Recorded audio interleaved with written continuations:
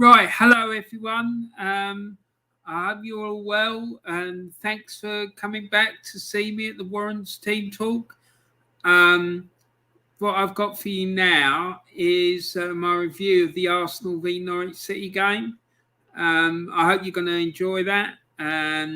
Please remember to subscribe to the channel and hit the like button for me.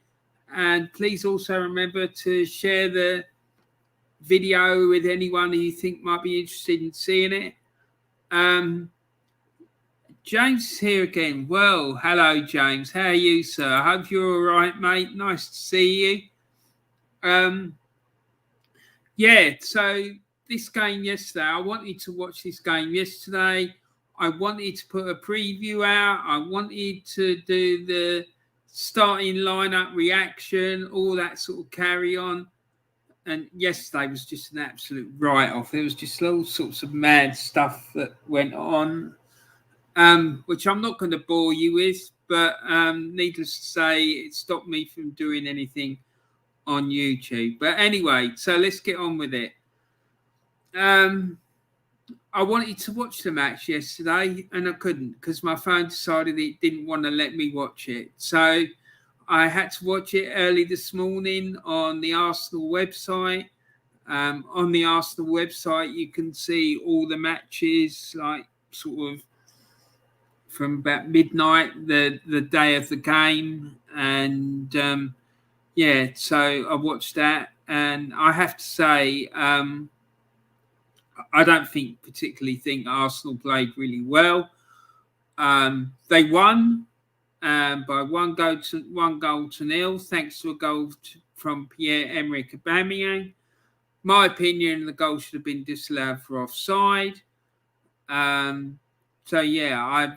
think Arsenal got out of jail a little bit there, if I'm perfectly honest. I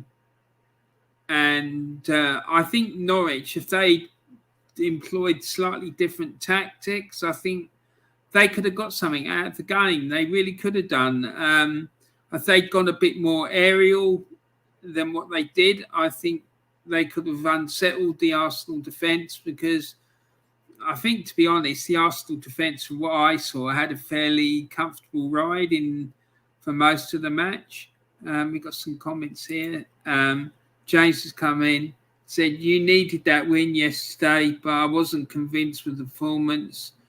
Norwich lacks so much quality and Arsenal should have taken advantage. And I agree with you, mate. The only thing I'm going to say the only thing that I can say to defend Arsenal, and it isn't much of a defence because they've had, almost all the pre-season. A lot of the players probably haven't played together before.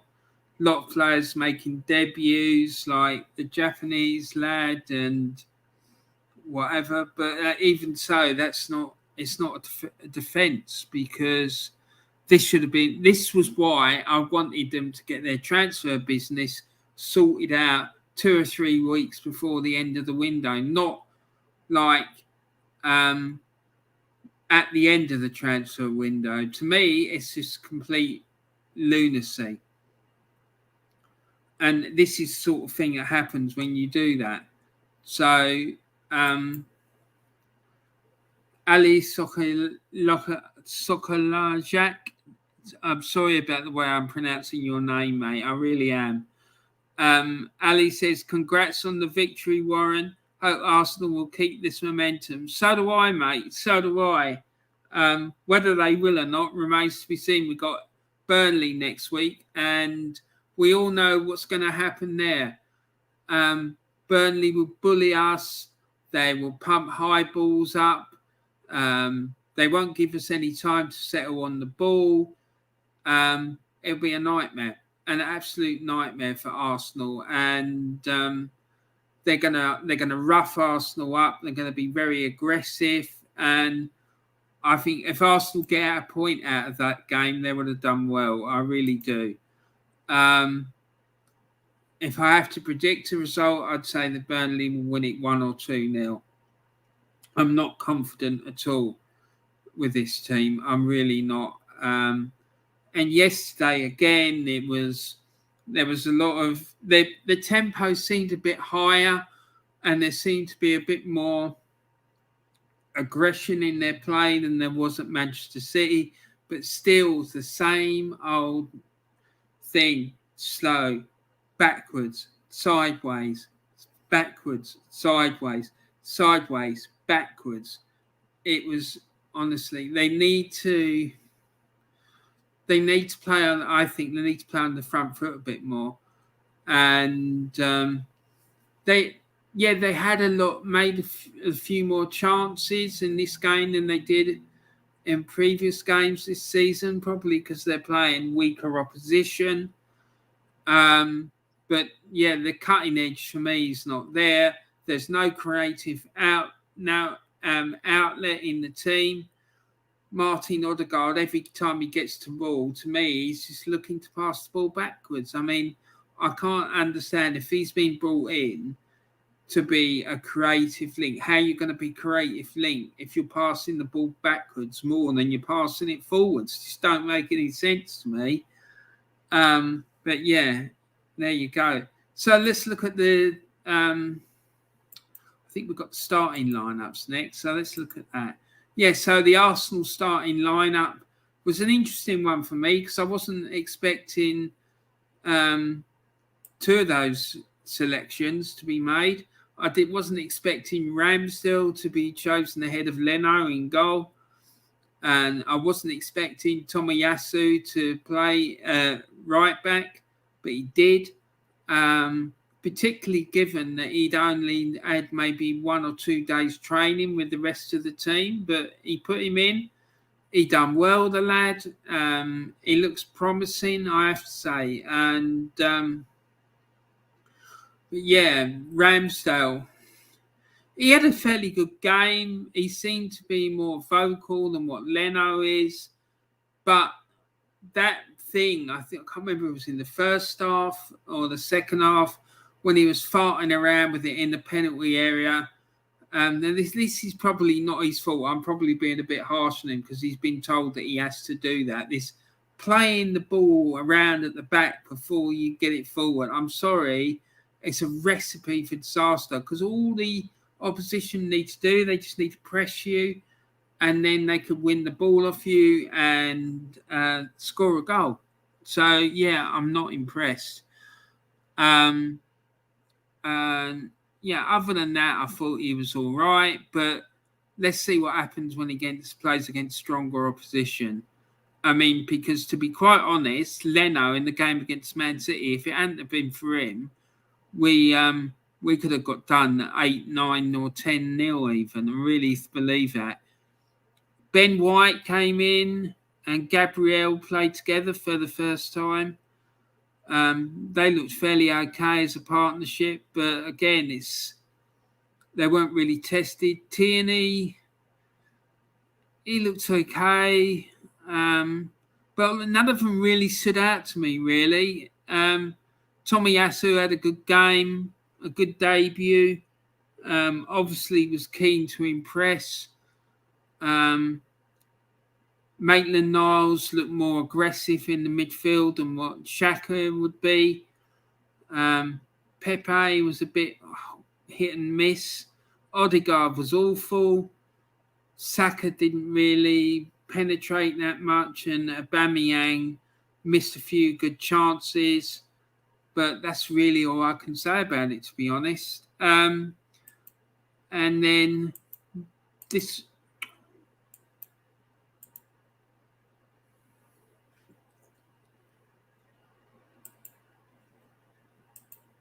was the Norwich starting 11. They had Pukki up front and Scholes and Dow on the flanks. McLean, Lise Mello and Rudd in the midfield. And then they had Williams, Omar Biamadeli and Hanley at centre-back. Aarons at right back and Krul in goal. Now, I think Krul had a good game, to be quite honest. And I think that all their defence had quite a good game. and what they did, they sort of crowded out space. They were quite happy to allow Arsenal to have possession up until sort of near the final third, because I think they thought they wouldn't really do anything with it, and then Arsenal had trouble breaking them down, which isn't surprising when your main creative player is passing the ball more backwards than he is forwards. So, yeah. And this is what's going to happen to Burnley next week. Burnley are going to just let Arsenal have the ball. When Burnley get the ball back, they're going to just pump it forward. Burnley are going to put men behind the ball and soak up. Let's let Arsenal have possession, because they probably think they're not going to do that much with it. And they're going to pump high balls up into the Arsenal penalty area, which is something that Norwich didn't do. And it's not really in Norwich's DNA to do that. They've never really been a side that plays that sort of high ball, aggressive style of football.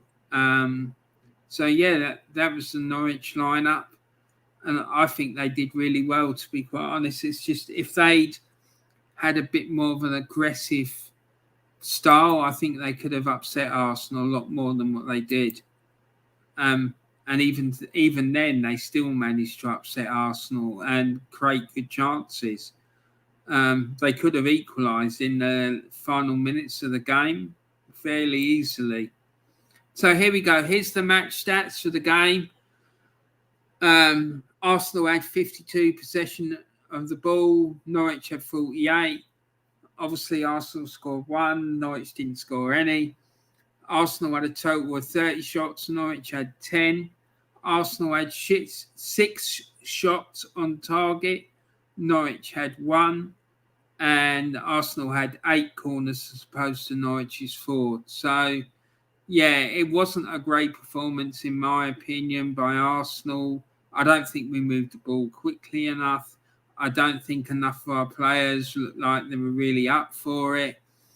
And I think against better opposition, we're going to be found wanting. And when we come up against Burnley next week, when they're going to be who will be a lot more aggressive than what Norwich were, particularly with the way they sort of got a tendency to give an aerial bombardment, then I think Arsenal will be in trouble.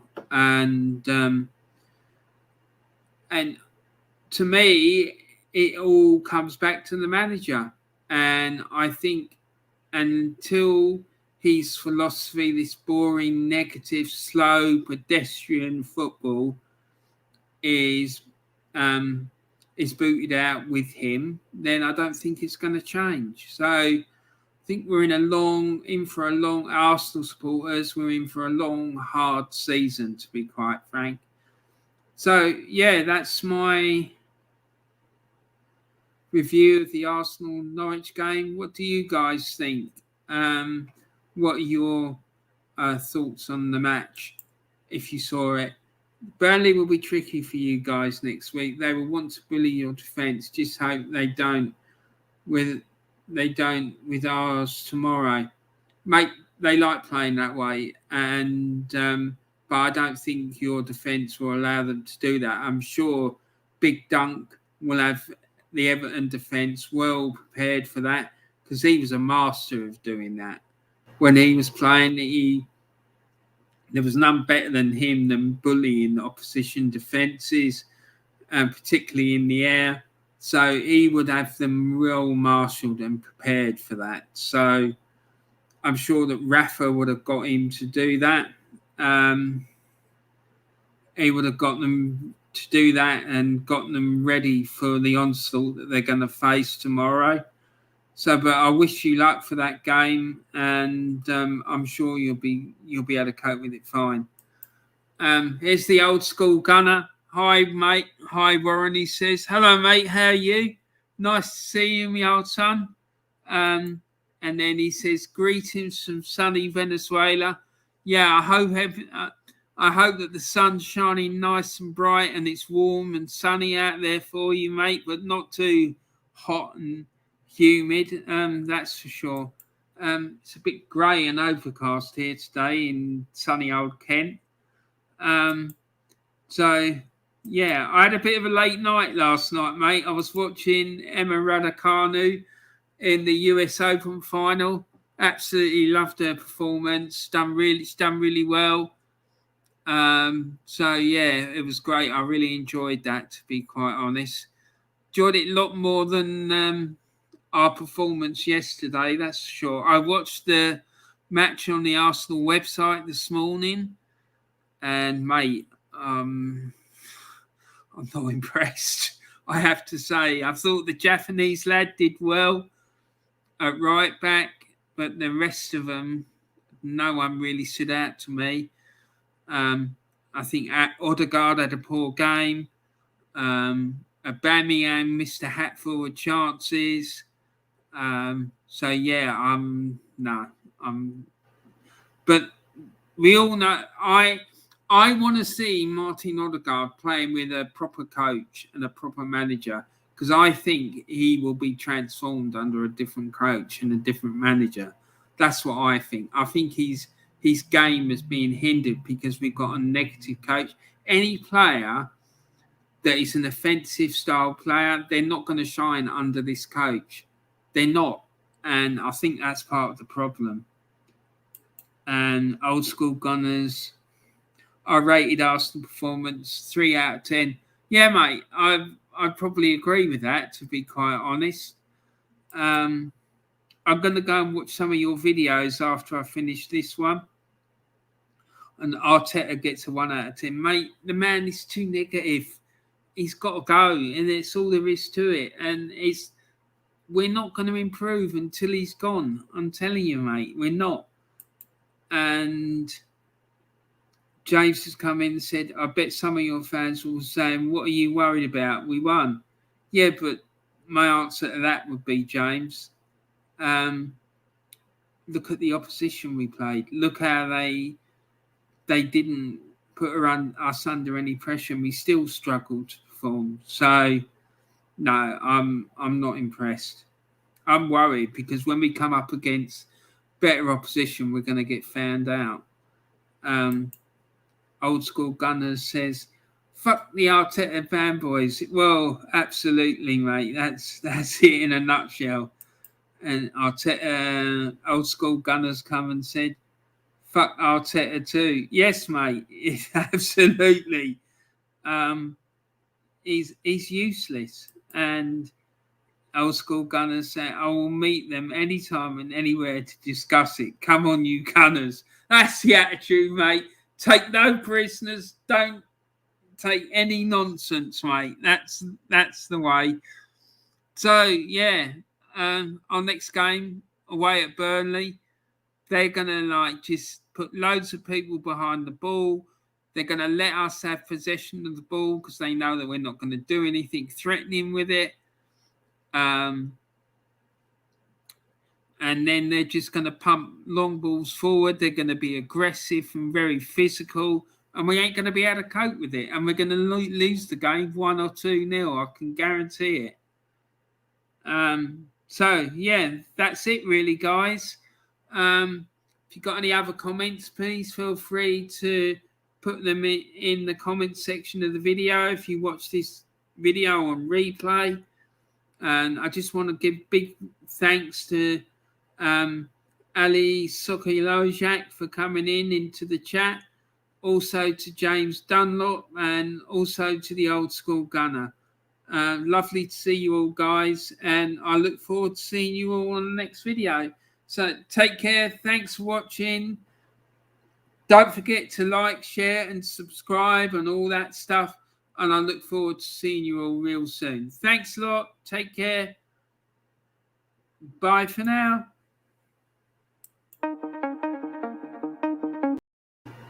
Oh, hold on. Sorry, guys. I nearly forgot. I want to give a big shout out to the Old School Gunner and his YouTube channel, the Old School Gunner YouTube. The link is going to be in the description before. The fella has got excellent, what do you call it? He's got excellent Arsenal content, and it's well worth a watch. He knows his football, and he's been supporting Arsenal since 1992. So that's a whole heap of hurt, I can tell you. James has just come in with a chat. Cheers, Warren. See you soon, mate. You're welcome, buddy. And I look forward to seeing you soon. And thank you for coming in. And then the next one, obviously, I want to talk about is the Claude and the Bansta's channel. Another brilliant YouTube channel. And the Claude and the Bansta's channel, I'm going to put the link for that one in the chat as well. It's presented by two guys. One's called Diesel, the other one's called Terry. And when they're both on stream together, it can get very heated, and the debates get quite intense. And usually about Mikel Arteta and his suitability for the Arsenal job. So yeah, it's well worth a watch and very, very interesting. It's got Terry, who loves Mikel Arteta, and then you've got Diesel, who thinks that he's like me, thinks he's an absolute nightmare and destroying the club. So, yeah, well worth a watch. Make sure you give them a subscribe and a watch, because it's well worth it, I'm telling you. And it will keep you entertained, that's sure. Anyway, guys, that's it. I'm going to let you go now and get on with your day. I hope you have a great day, and thanks for tuning in. And I look forward to seeing you all soon. Take care, guys. Thanks for watching. Bye.